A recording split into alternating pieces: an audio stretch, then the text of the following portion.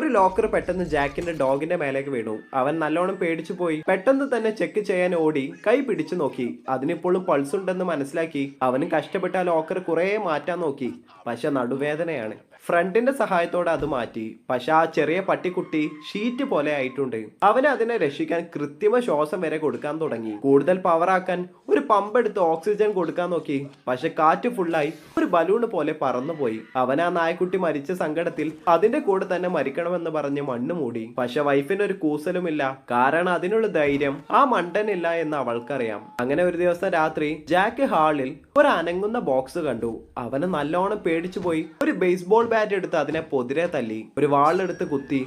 ഒരു ചെയിൻസോ എടുത്ത് പീസാക്കി. പോരാത്തതിന് ഒരു ഷോട്ട് ഗൺ എടുത്ത് വരെ ഷൂട്ട് ചെയ്തു. ഈ സൗണ്ട് എല്ലാം കേട്ട് ഫാമിലി ഓടി വന്നു. ആ ബോക്സിലാണെങ്കിൽ വൈഫ് ജാക്കിന് ഗിഫ്റ്റ് കൊടുക്കാൻ വെച്ച ഒരു ചെറിയ പപ്പിക്കുട്ടിയായിരുന്നു.